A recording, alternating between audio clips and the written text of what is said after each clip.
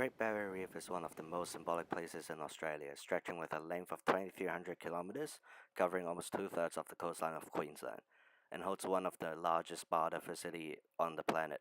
According to WWF, the Great Barrier Reef is home to more than 1,500 species of fish and 411 types of hard coral. However, in recent decades, the dying scenes of the Great Barrier Reef have been put into spotlight by news media. Australia was blamed globally of failing to protect the reef, but in reality, Australians and the Australian economy are all in the same boat with the seemingly fate of the reef, and the real factor is climate change. In this documentary, we will discuss how and why coral bleaching happens, the relationship between Australia and the Great Barrier Reef, and how it could be saved by sustainable measures. So what really happens? Coral bleach occurs when relationship between the coral host and their harmonic marine algae breaks down due to heat stress. Zooxanthellae is the marine algae that lives inside coral and are the main energy producers to the host, allowing the corals to survive and reproduce, as well as providing the color of the corals. As corals are under stress, zooxanthellae will no longer stay in the host, thus starving the coral as well as leaving the tissue of coral to be transparent, exposing the skeleton, hence bleached.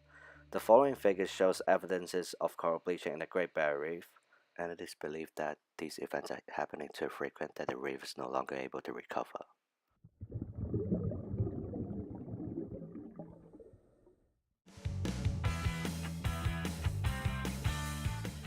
Not only the lives in the sea, but even Australia will be in jeopardy without the Great Barrier Reef. There are so many factors affecting us, whether directly or indirectly, with the Great Barrier Reef. Environmentally, other than the fact that the reef provides habitat to the most biodiverse ecosystem, the coral reef plays a huge role in carbon and nitrogen fixing. It is in fact the source of nitrogen and essential nutrients for marine food chains. It also protects marine lives and us along the coastline from damaging effects of wave, tropical cyclones, and storms. Economically, the Great Barrier Reef supports the Australian economy with more than $1.5 million annually.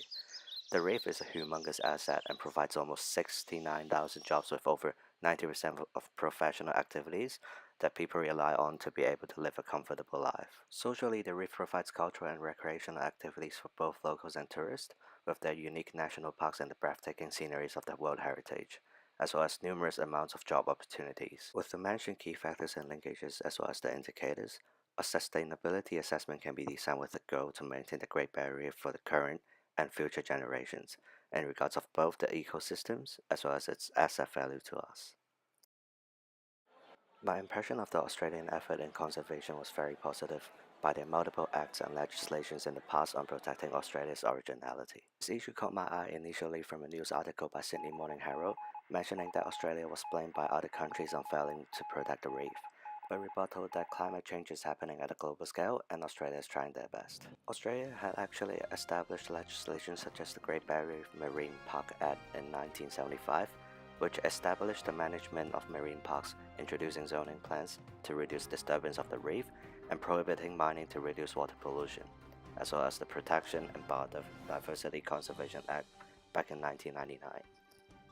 In the last few years, the government had introduced a Reef 2050 long-term sustainability plan, which aims to protect and manage the reef from 2015 to 2050. This plan overarches multiple industries, from conservational purposes such as water quality, animal protection, to logistical management, development of ports, and many more, with the goal to achieve sustainability between us and the Great Barrier Reef. With further researches gathered from the Australian departments and journal articles and analyzed via the appeal process, there were optimistic opinions stating that the corals are evolving to adapt to changes in their surrounding environment, and that the coral loss was not as serious as stated. However, most credible sources had all stand on the same side, stating that the real culprit of coral losses and bleaching events is climate change. These journal articles were informative and objective, as their conclusions were based on the data gathered not only from the Great Barrier Reef, but around the world as well. The comparative newspaper article, although more persuasive and emotive, was backed up by these researchers. In conclusion, if the fate of the Great Barrier Reef were to be changed, scientific measures should be considered in every implementation of the plan. Global support on the sustainability plan is crucial.